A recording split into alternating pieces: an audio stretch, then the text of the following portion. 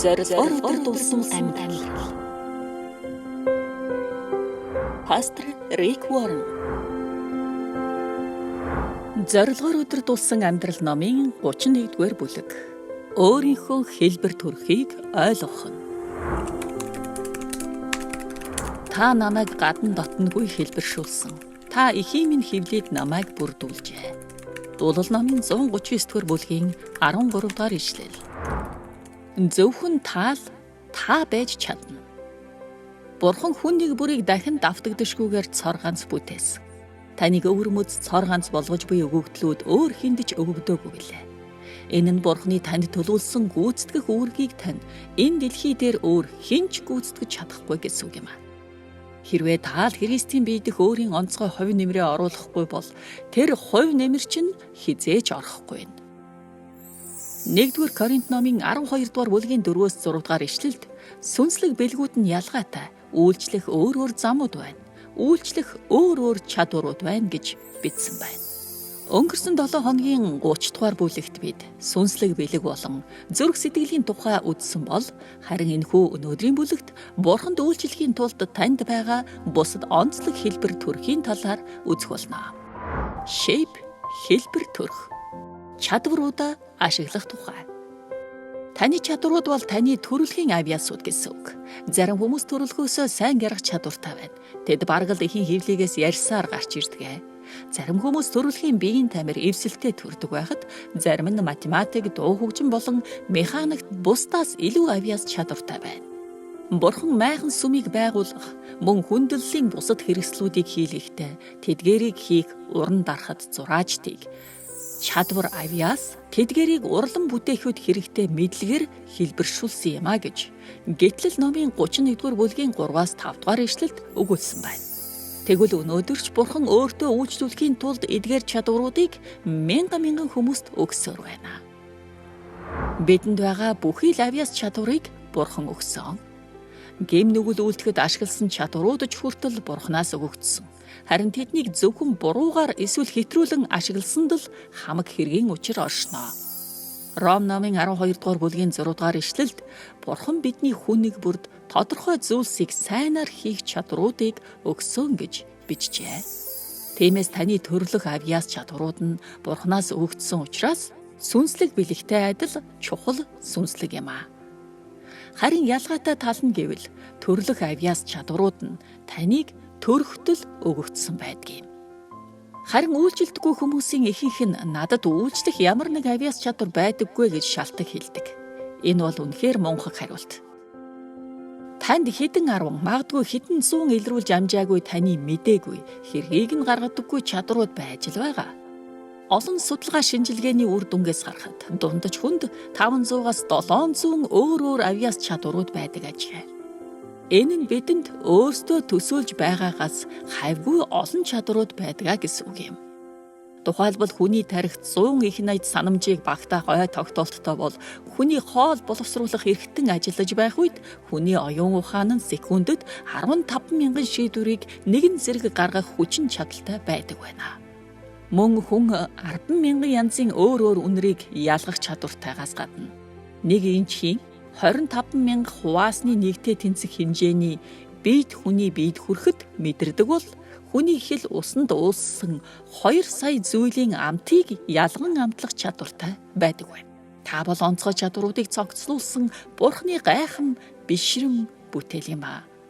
Харин сүм чуулганы нэг үүрэг бол итгэгчдийнхээ Бурханд үйлчлэх чадваруудыг олж нээх явдал байдаг. Авьяас чадвар бүр Бурханы алдрын төлөө ашиглагдах боломжтой. 1-р Коринт номын 10 дугаар бүлгийн 31-р ишлэлд та нар юу ч хийсэн Бурханы алдрын төлөө бүхнийг хий гэж Паул хэлжээ. Бурхан өөрийн алдрын төлөө ашигласан өөр авьяас чадваруудын талаарх жишээнүүд Библиэд дүүрэн бичигдсэн байдаг.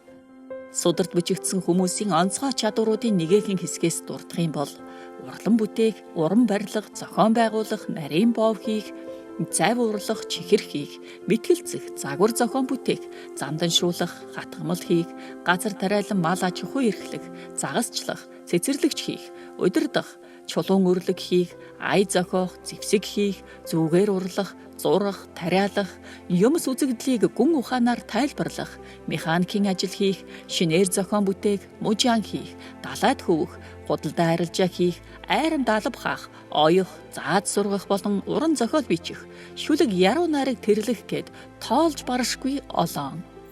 1-р Коринт номын 12 дугаар бүлгийн 6 дугаар ишлэлд үйлчлэх олон чадварууд байдаг. Харин Бурхан л тэдний тухайн үйлчлэлд зориулагдсан чадваруудыг бүгдэд өгдгөө хэмээн бичсэн байна.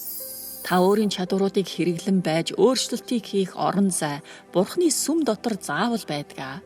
Тэр орон зайг олох эсэх нь зөвхөн танаас л шалтгаална. Бурхан зарим хүмүүст маш их мөнгө олох чадварыг өгдөг. Дэд хууль номын 8 дугаар бүлгийн 18 дугаар ишлэлд тэр чамд хөрөнгө чинээ олох чадварыг өгдөг учраас чи өөрийн бурхан эзнийг санагтун хэмээн Мөсө Израильчуудад хэлсэн байдаг. Энэ төрлийн чадвартай хүмүүс бизнес бүтээн босгох, хэлэлцээр хийх, бараа үйлчилгээ борлуулах хийгээд ашиг орлого олохдоо сайн байдаг. Хэрвээ танд энэ мэд бизнес хийх чадвар байгаа бол та үүнийгээ бурханы алдрын төлөө ашиглах хэрэгтэй. Яаж гэж юу? Нэгдүгээрт танд өгөгдсөн энэ чадварыг бурхан өгсөн гэдгийг ухаарч түүнд талархах. Хоёрдугаарт өөрийн бизнесээ бусад хүмүүсийн хэрэгцээг хангахын төлөө ашиглаж итгэлээ үл итгэгчдтэй хуваалц. Гуравдугаарт орлогынхоо дор хаяж 10%-ийг түүнийг дээдлэн хүндэлж буйгаа харуулan бурханд өрг. Эцэст нь эд хөрөнгийг биш, Тэнгэрийн хаант улсыг бүтээн байгуулалцах зорилгыг тавиарай. Би үүний талаар 34-р бүлэгт тайлбарлах болно. Намайг чаддаг зүйлсээ хийхийг бурхан хүсдэг. Энэ дэлхий дээр танд өгөгдсөн авьяас чадварыг ашиглах боломжтой цорын ганц хүн бол та өөрөө билээ. Таны гүйцэтгэх үүргийг танаас өөр хэн ч хийж чадахгүй. Учир нь тухайн үүргийг гүйцэтгэхэд хэрэгтэй тэр онцгой хэлбэрийг бурхан танд л өгсөн. Еврей номын 13 дугаар бүлгийн 21-р ишлэлд түүний хүслийг гүйцэтгэхэд хэрэгтэй бүхнээр таныг хангадгаа хэмээжээ. Таны амьдралд зориулсан бурхны хүслийг мэдэж авахын тулд та юунд сайн, бас юунд сайн биш гэдгээ нухацтайгаар олж мэдэх хэрэгтэй. Хэрвээ бурхан танд солгоо хоолой заяасан бол таныг дуурийн дуучин болгохоор төлөвлөөг нь лавтай. Өөрөөр хэлбэл бурхан таныг хизээж танд байхгүй чадвар ашиглан ямар нэгэн даалгавар биелүүлэхийг хүсэхгүй гэсэн үг. Нөгөө тэгвэр танд байгаа авьяас чадруудтай нь бурхан таныг амьдралаа юунд зориулаасаа гэж хүсч байна гэдгийг мэдэх тодорхой чиг баримжаа болно. Хэрвээ та загвар зохион бүтээх, бусдыг ямар нэг зүйлд элсүүлэх, аль эсвэл зурах юм уу зохион байгуулах чадвартай бол таны амьдралд зориулсан бурханы төлөвлөгөө эдгээр чадваруудтай холбоотой байх болно гэж дүгнэхэд буруудахгүй болов уу? Бурхан ямар ч чадварыг хий хоосон орхихгүй. Бидний дуудлагыг бидний чадваруудтай нийцүүлж байдаг ажээ. Бурхан танд чадваруудыг танд зөвхөн амь зуух хэрэгсэл болгох гэж л өгөөгүй. Харин өөрт нь үйлчлэх таны үйлчлэлд хэрэглүүлэхээр өгчээ. 1-р Петр номын 4-р бүлгийн 10 дугаар ишлэлд Бурхан та нарын хүн нэг бүрд тодорхой онцгой чадваруудыг өгсөн.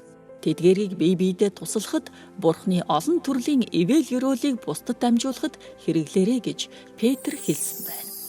Тэгэхээр энэ номыг бичиж байх энэхүү цаг мөчид Saddleback сүмийн Христэд итгэгч 7000 орчим хүмүүс өргөлөөр ирсэн машиныг засаж хэрэгцээтэй хүнд нь өгөх, сүм чуулганы худалдан авалтанд зориулж хамгийн сайн үнээр хэлэлцээр хийх, мод цулгийг засч, бичиг цаас эмхлэх, урлагийн бүтээл туйрбах, сургалт зохион байгуулах, барилга барих, эмнэлгийн тусламж үзүүлэх, хоол хийх, дуу зохиох, хөгжим заах, зээл тусламж хүсэх санал боловсруулах, багуудыг дасгалжуулах, номлолын судалгаа хийх, тэднийг орчуулах зэрэг 100 бусад ажил үүргийг гүйцэтгэн үйлчилж байна.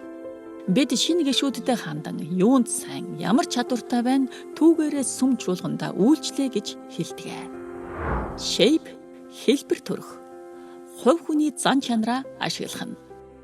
Хүн нэг бүр үнэхээр цорын ганц, дахин давтагдашгүй бүтээгдсэн гэдгийг бид тэр бүр ухамсарлагдаггүй. Хүний ДНХ-гийн молекулууд цаглашгүй олон янзаар нэгдэх боломжтой. 10-ын 2 тэрбум 400 сая зэрэг. Өөрөөр хэлбэл та яг өөрсгөө хүнийг олох магадлал нь 10-ын 2 тэрбум 400 сая зэрэгт ганцхан гэсэн үг юм аа. Хэрвээ та энэ тооны тэг гэсэн цифрыг 1 инчийн өргөнтэй жагсааж бичвэл 37 мянган бээр урт үргэлжлэх цаас хэрэгтэй болно гэсэн үг юм. Тэгэхээр танд илүү ойлгомжтой ойлголт өгөх үүднээс тайлбарлавал эрдэмтэд энэ ертөнц дээрх нэг жижиг хэсгүүд 10-76 зэргээс хэтрэхгүй хэмээн таамагладаг юм. Энэ нь таны ДНХ-г бүрдүүлж байгаа молекулуудын тооноос хамаагүй бага тоо юм аа. Хувь хүн бүр дахин давтагдашгүй. Цор ганц гэдэг нь шинжлэх ухаанаар батлагдсан зүйл юм. Тиймээс Бурхан таныг бүтээхдээ урд нь хизээж байгаагүй, ахиж хизээж давтагдашгүйгээр бүтээсэн ажээ. Бурхан юмсыг олон янз байхад дуртай гэдэг нь тод харагддаг.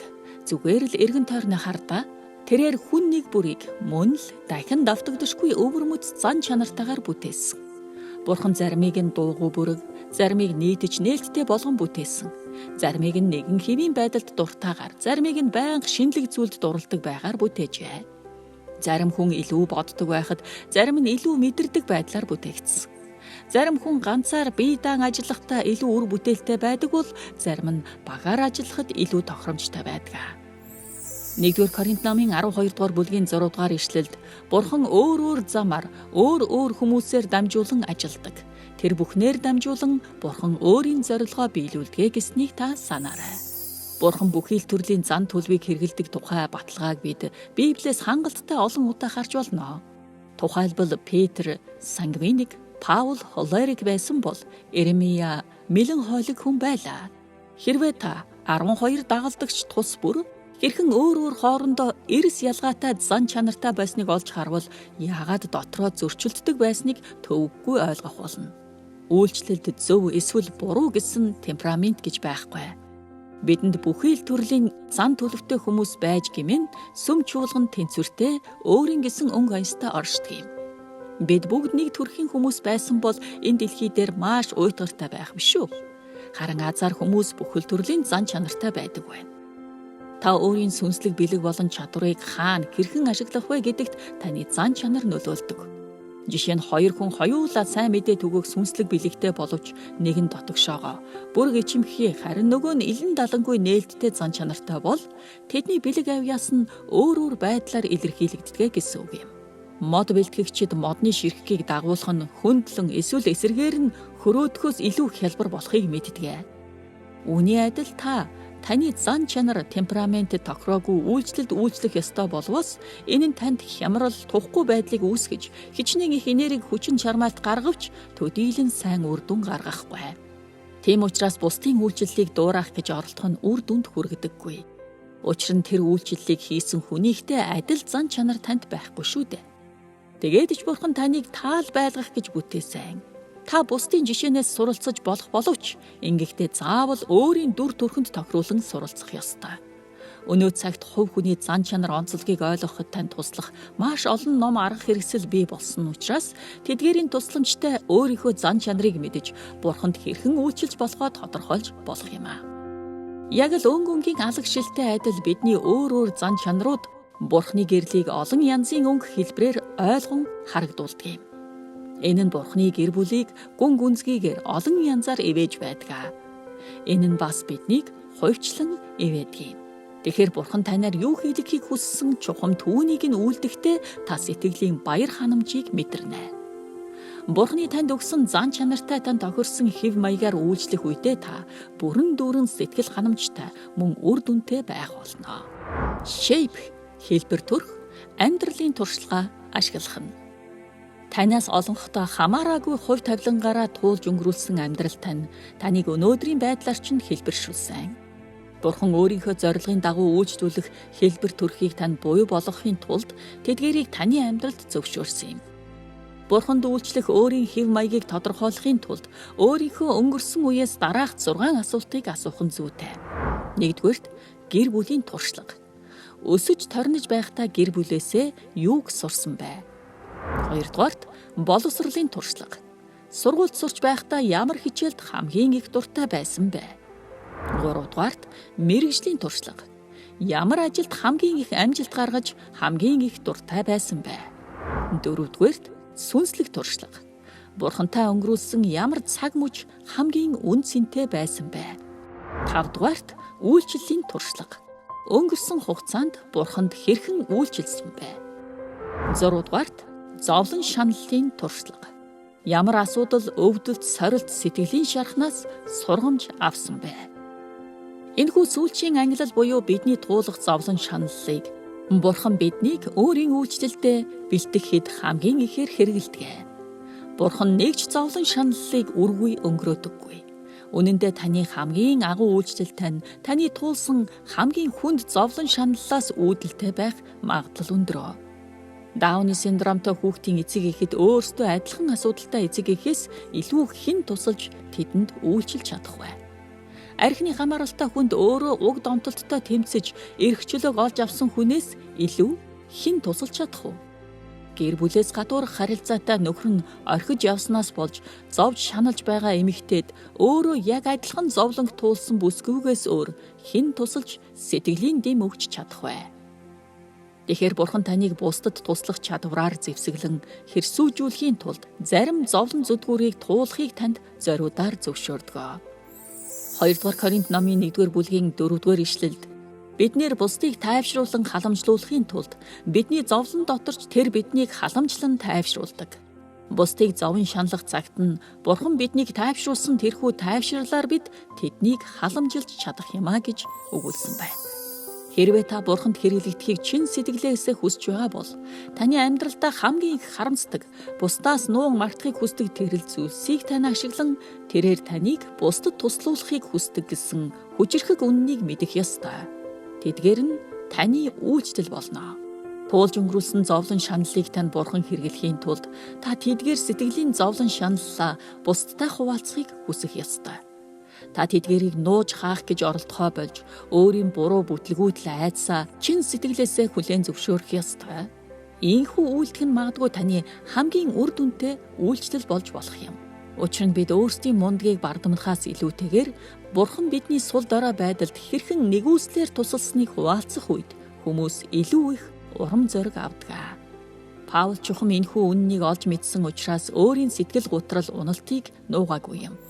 2-р Коринт номын 1-р бүлгийн 8-аас 10-р ишлэлд ах トゥ нараа Азад байхад бидэнд учирсан зовлонг хүч чадлаасаа хэтэрсэн хүнд дарамтанд байснаас амьд үлдэх гордлог тасарсныг ч та нар эс мэдхийг бид хүсэхгүй байна.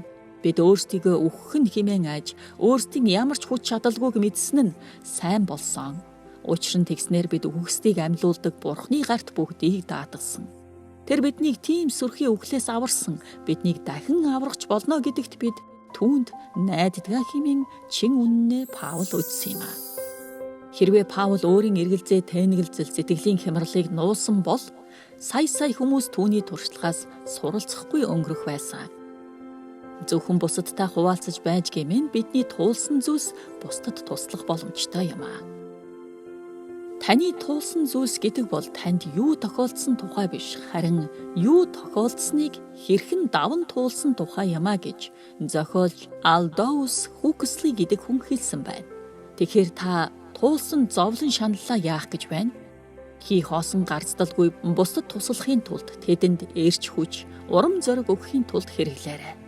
Бурхан үйлчлэл зориулан таныг ийхүү 5 замаар хэлбэршүүлснийг ойлгосны дараа тэрээр таныг өөрийн зорилгын дагуу хэрхэн бэлтгэснийг илүү гүнзгийгээр ойлгож Бурханы агуу эрх мэдэлд талархаж байгаа байхаа хэмээн найдаж байна.